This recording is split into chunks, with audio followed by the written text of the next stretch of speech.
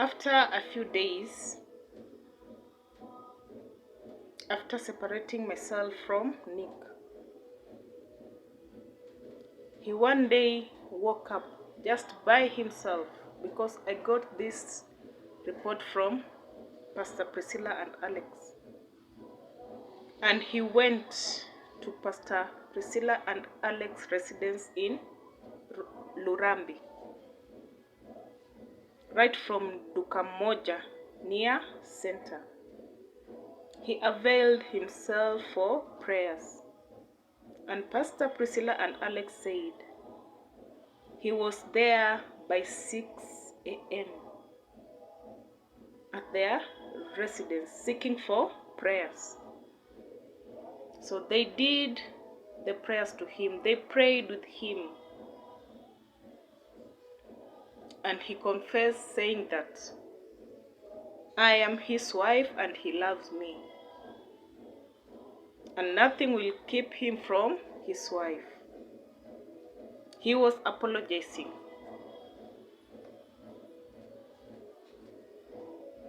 So even Pastor Alex and Priscilla asked me, they never knew that Nick was brown skin, but after the prayers, that's what they saw. He was brown skin, not the dark skin that he had before. And they added, saying that he is possessed by bad, evil demons. He was made an altar by his own parents. He was dedicated to the dark altar. As the firstborn son, he was made the heir. So he himself, his body, is the temple of these demonic spirits, of their family inheritance. So I said to Pastor Priscilla and Alex, if he has chosen that way, it's better. But they added, saying that he must seek prayers more, because the demons that live in him, they are bad, evil demons over generations. Another thing that I was able to discover while still living in Nick's homestead. One day I was just talking and chatting with Betty, and he told me various things, and she told me various things. She confessed of how even Nick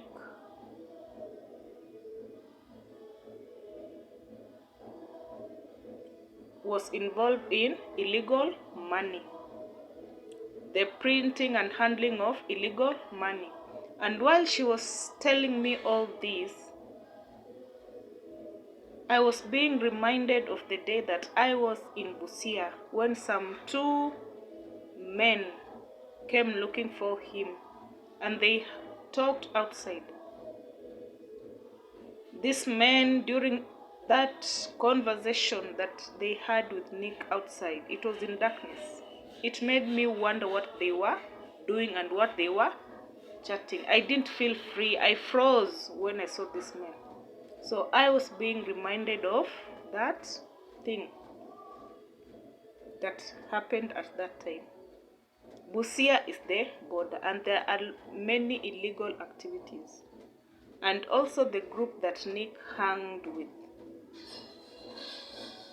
those people were not straightforward. So also, one time Nick himself told me that there was a time that there was a funeral somewhere, and he was in possession of his dad's pickup. So he volunteered to carry the people who had gone to the funeral through his dad's pickup. But on the way, they had an accident. Nick was the one who was driving. Some people got injured, and after that injury, it was a case. It was a case, and his own father had to cater for the medication of these people. Despite that, Nick's dad has a plot of rentals in Maram, Kakamega. There is a time an incident happened that a child fell into a hole that was uncovered. So this also was a case that he had to handle. So many things surrounded that family. As much as you were there, you know that this man is rich, but there was no life there. There was no life there. It's like you just live with each passing day, but there was no life there. The money was there, but there was no life there. So my incident, when I narrated to Pastor Priscilla and Alex, Pastor Priscilla added and said to me, everything that I am saying, the situation that I am going through, just reminds her of what she went through. She's seeing her picture of herself in me. She confessed to me that she too was married before, but she also fell into the wrong hands. A homestead that had their idols of worship. And her father-in-law confessed sincerely, saying that my son has brought me a very good girl. But the problem is, the idols that I have are not accepting her. So as much as he said that, Pastor Priscilla was there in her marriage, but it had no peace. It was quarrels, arguments, and at last, her own husband chased her away, and she had to carry her clothing in a sack. Alibeba manguo kwa gunia na akamfukuza. And that was the last of her first marriage. She never came back to that marriage. She just fled completely. So after she had fled, is when later, during prayers and everything, is when she was joined to Pastor Alex. They live together, they are in ministry. But she too had the same fate that I had. So I stayed home during the holidays. And now that Lindsay was no more in Kakamega Hill School, I had to start a new life. And it was agreed that I traveled to Nakuru with my younger sister, my fourth-born sister Harriet. She lives in Nakuru. So it was agreed that I travel to Nakuru and find my new life there. Apply for new jobs with the papers that I have, the diploma certificate of food and beverage. So I apply in hotels, the large hotels that are in Nakuru. So I traveled to Nakuru with Harriet, and as much as I applied for job, I never got one. I even tried in the supermarkets, but I never got one. So this term, I remember it was 2017 third term, because when Nick's mother strangled me, it was 2nd of August 2017. So there in Nakuru, Lindsay had to join a new different school for that term. She joined Assisi, something Assisi School Academy, because Harriet's child Jade too was learning in that school. So she joined there. My mother paid for the fees, and my sisters also volunteered with some cash for the other basics that were needed. So as much as I sat there having no job, I've searched and looked for jobs, no one that I was getting, not any job that I was getting. But still I used to communicate with Pastor Priscilla and Alex. So one day Nick called me. It was after some time, and I just decided to pick up the phone.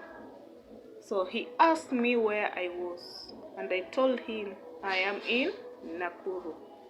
This is the place where I'm starting my new life. This made him mad. In fact, he even started crying on the phone.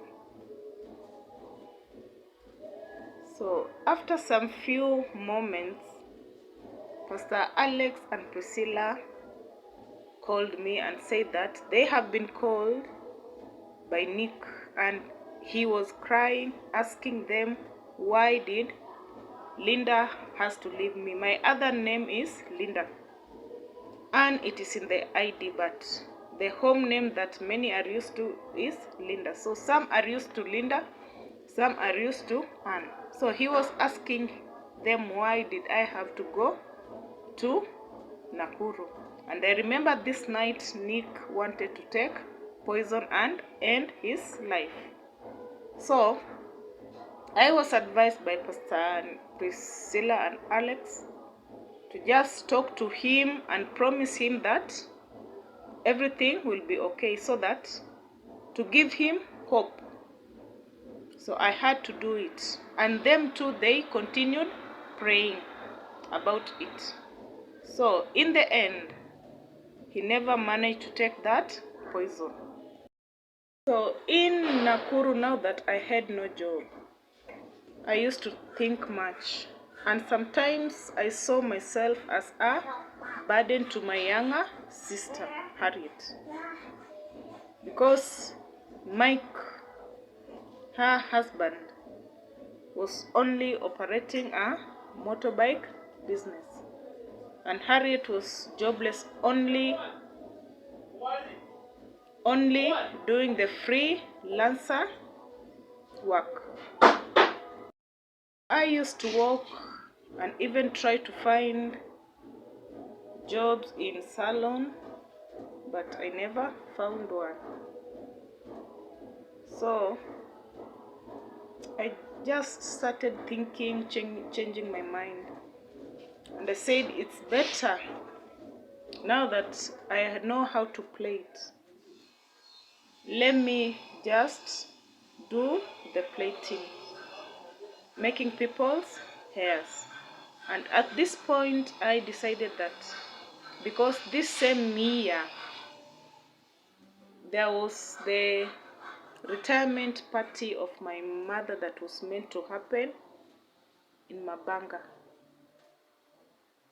So I convinced myself that when they close schools, I'll just head back to Kakamega and find at least somewhere where I can sustain myself doing the hair dressing. I was thinking about Mercy's salon, and then there was this other option, Lillian No One But You salon. Why Lillian No One But You salon? Because this is the salon that my sister Lynette used to make her hair. So through her, it will be easy for me to get a chance in that salon, because she was friends with the owner of the salon, Lillian. So I managed to talk to Lynette and ask her if she can talk to Lillian and I may be able to get a chance to work in her salon. So Lillian agreed. I joined that place in 2017.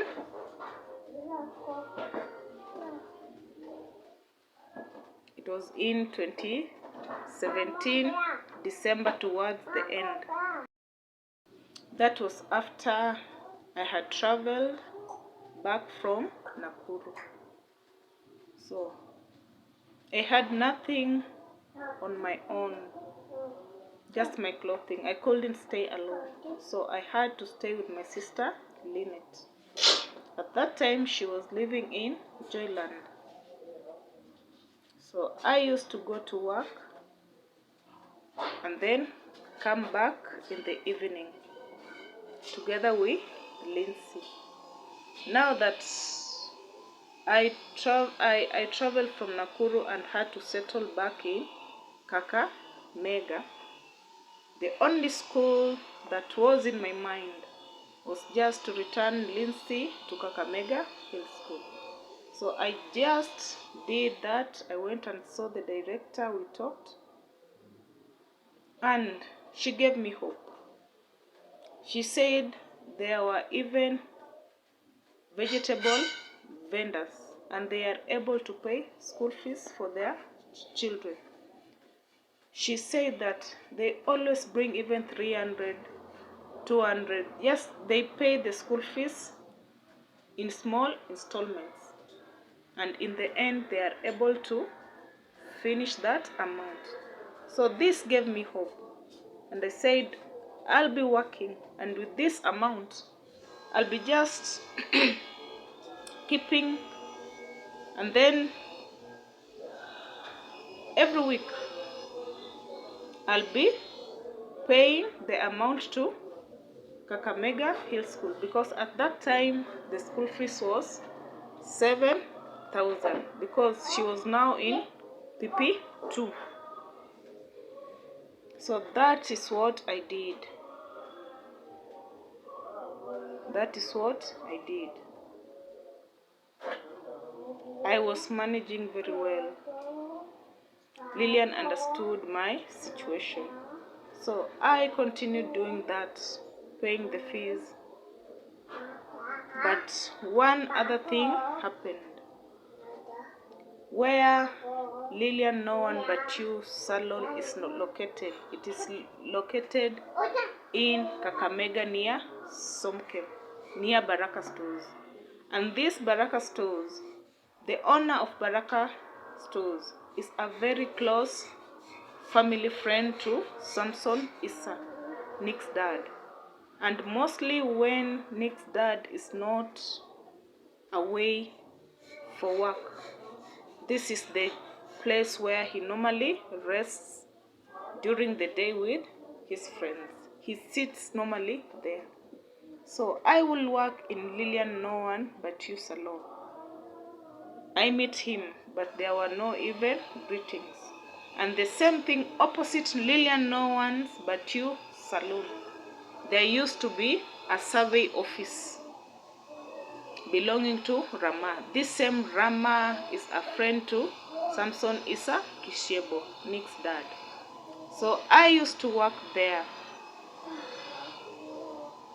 But even if I met him, we never talked.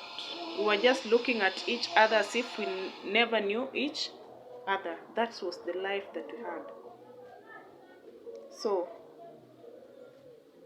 eventually, Nick heard that I was back.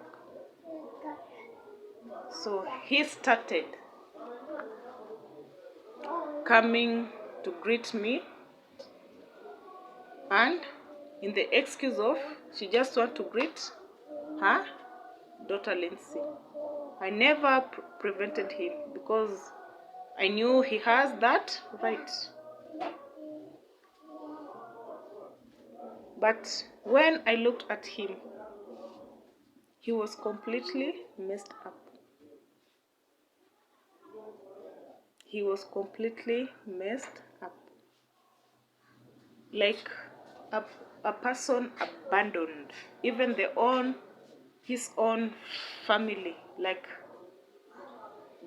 they want nothing to do with him. And when I was in Nakuru, I remember Nick went for a technical course in this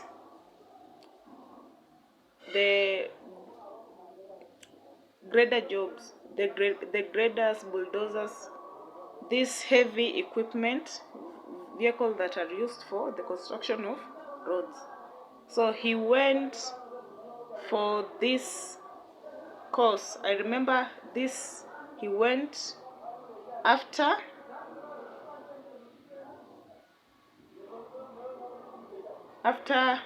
the renewal of his contract failed. While at home, his own father managed to pay for him a 1-month course at Riyadh. So when I was in Nakuru, he managed to get that attachment. I don't know if it was an attachment of it or it was a job. I never understood well. But at that time, the Kaburengu Kakamega road was under construction by the Chinese. So he managed to get a chance there. So he was working with them. But this never lasted. This never lasted. Because in the end, he even had shifted and she was staying in Kambia, Mwanza, away from his parents. But this never lasted. He again had to come back home in the hands of his own family. So Nick, the state that he was not in a good state. So he one day saw Lindsay, he hugged her and he started crying. So I was there witnessing all, and he started talking, saying that at home he doesn't have any peace because even the family members are mistreating her. And one thing that Pastor Alex and Priscilla told me is the revelation that God gave them is Nick's parents, they don't love me at all. They just don't love me at all. They don't want me for their son. They're just forcing themselves to show the love to me, but they completely don't want me for their son. And another thing, when I was at their homestead, I remember Nick's dad asked me if I will agree for him to pay for me school fees so that I go for a degree course. And I just told him, no, thank you. So they said that I should be very careful because they show themselves, they express that they love me, but deep down in their hearts, they have hate for me. So I tried to talk to Nick, and I felt pity for him. Sometimes he will come and ask me to even just lend him some money. If I had, I would just give him because he was in a state like a depression. He was not good at all. He wasn't good at all. Now, I used to live with Lynette, but back at home, at Lynette's house, I noticed that there were some. Lynette started became moody towards me, as if like a rebellion. So I used to wonder why. And with me, I always just observe and mostly keep silent. So I chose to keep silent. He will talk to me, but rare, not free as it was before. So I used to wonder, why is this all happening? Am I a burden to her? Does she want me out of her house? And she's not saying it. Maybe she just wants me to read in between. So I just kept quiet. I was just looking. Sometimes I will come from work. She is, the expression in the face, she is furious. And you know the salon business. You are employed. Sometimes Lillian would leave us and head for home, but she has left us together in the salon but having customers. So sometimes it will force me to come home late, past 7. So I just kept quiet. I usually just woke up and go to work in the evening. If I manage to come home a bit early, fine. But if I'm late, that way too. So that was the life that I had. I just kept quiet. So one day I remember I came from work. It was late. It was past 7. Because that day there was a customer who came in late. And you know, with the salon business, and you are operating on commission.